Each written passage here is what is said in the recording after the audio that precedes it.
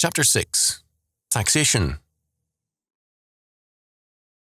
The subject of taxation is very important to most men because the exactions of civil governments are so oppressive. The modern humanistic state sees itself, as did the ancient pagan state, as the basic and ultimate power. It holds that it has the right to tax, confiscate or seize properties and assets at will. Its premise is the antithesis of Psalm 24:1, quote, "The earth is the Lord's and the fullness thereof, the world and they that dwell therein," end quote. Statism holds that the earth, its assets, and its peoples belong to the state, directly or indirectly. Its power to tax includes its power to take over everything within its borders.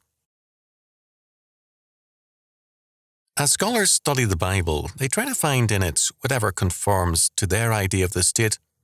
Thus, one scholar has seen 2 Samuel 21:1 following, and 1 Chronicles 27:23-24 as a census for tax purposes. But taxation is never mentioned in the text. In 1 Kings 5:13, we have an account of Solomon's tax on men, their forced labour, but this is by no means a part of God's law.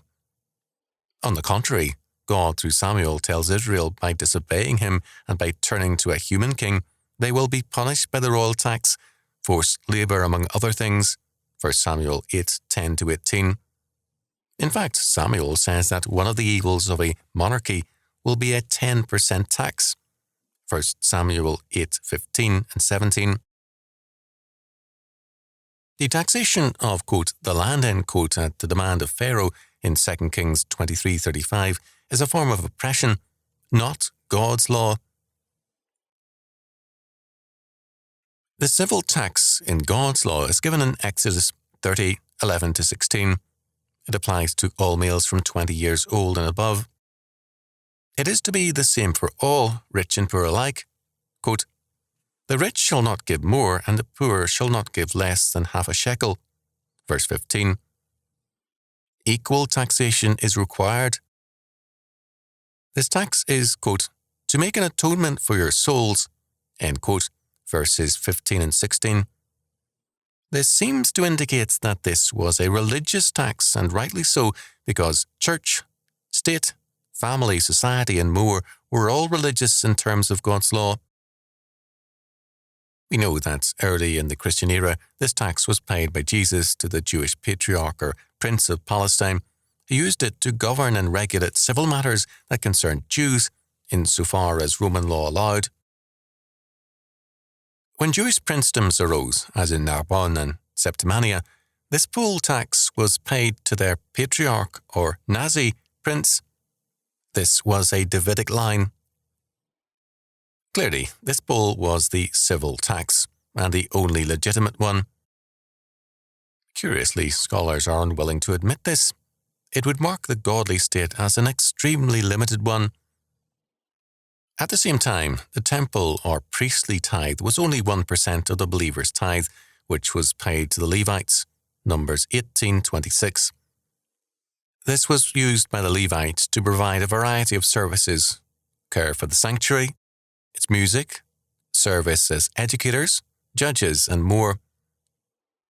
God does not in his law permit a rich and powerful state nor church. Those who see a broader tax do so by appealing to the violations of God's law cited by Samuel rather than to the law itself. Thus, the Encyclopedia Judaica, Volume 15, page 840, sees 1 Samuel 8:10 following as giving the state a tithe of the taxes enumerated by Samuel. Daniel C. Snell has stated, quote, "Taxation is extremely important to the state, and the state cannot be said to exist in its fullest form if it has not taxing power," end quote. Exactly so, and this tells us why God's law does not permit its power, state, or church. It is important to note that this tax is a head or poll tax on males 20 and over in age.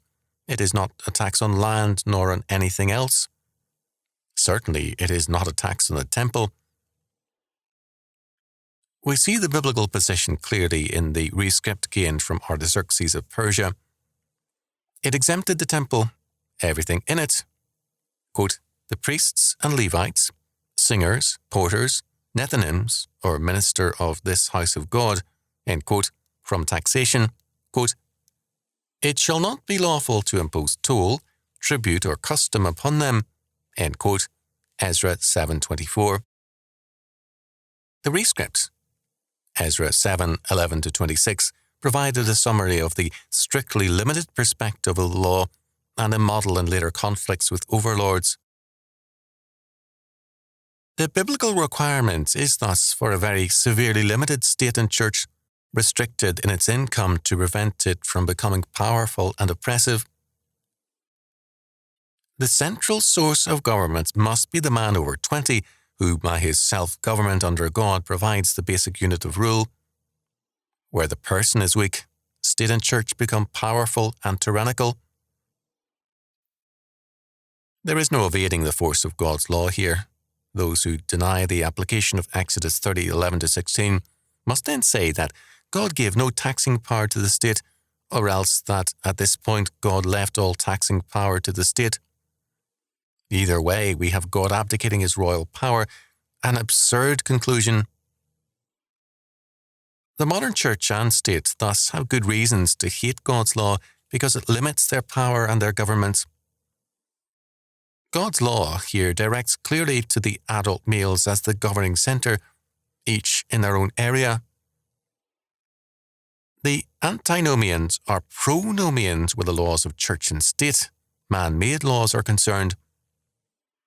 Church and state have done some good over the centuries, but at the price of man's freedom and responsibility.